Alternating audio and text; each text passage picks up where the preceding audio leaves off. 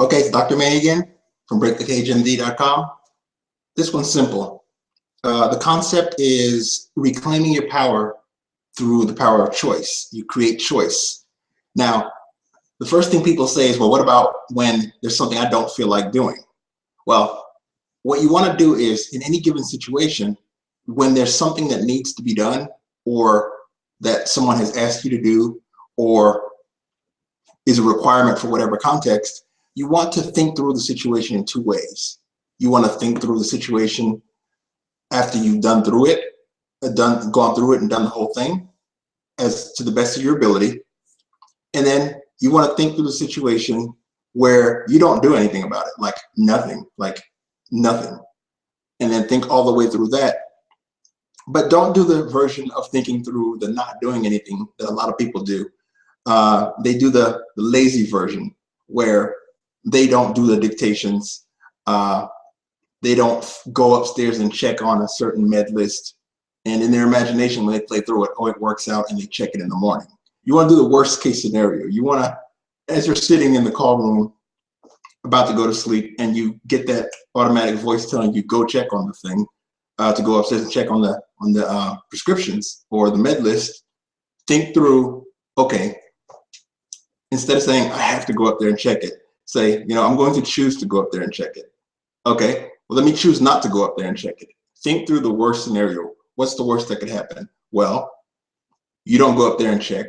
You left something off. In the morning, everything hits the fan.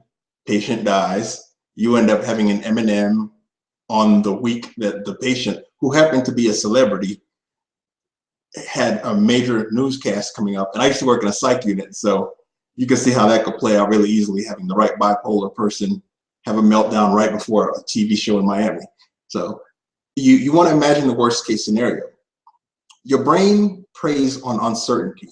And by thinking through both of those scenarios viscerally, what you do is you, to a certain extent, eliminate that wiggle room of uncertainty. Now, what happens in the thought process is, until you've made a decision between those two things, you're in what's called deliberative mode. Your brain, deliberative mindset. Your brain processes and weighs both sides the same way. But the magic of mindsets is that as soon as you commit to one, you choose on your own, you know what, that worst possible outcome would really suck, so let me do the other thing. The second you do that, your brain shifts into implementation mindset. And in implementation mindset, you become optimistic.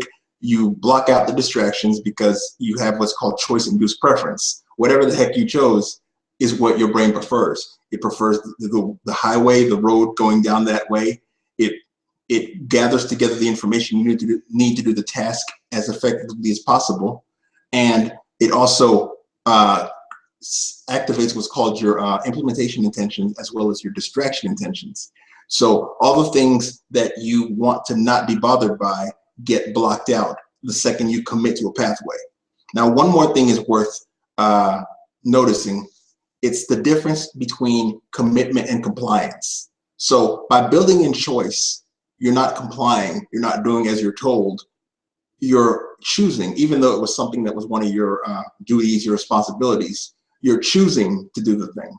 The second you do that, you're not doing a depersonalization, detachment, resentful, passive-aggressive, procrastination type of approach. You put yourself in a position of power, a position of agency, a position of autonomy where you chose. Every time you do that, you're able to frame the task as something you wanted to do. And right after you do it, you kind of pat yourself on the back. Good job, I did the thing myself. Give yourself a little dopamine spurt, and you build up self-efficacy that way. That's in contrary to a situation where every time you turn around, you're being resentful because you have to do such and such.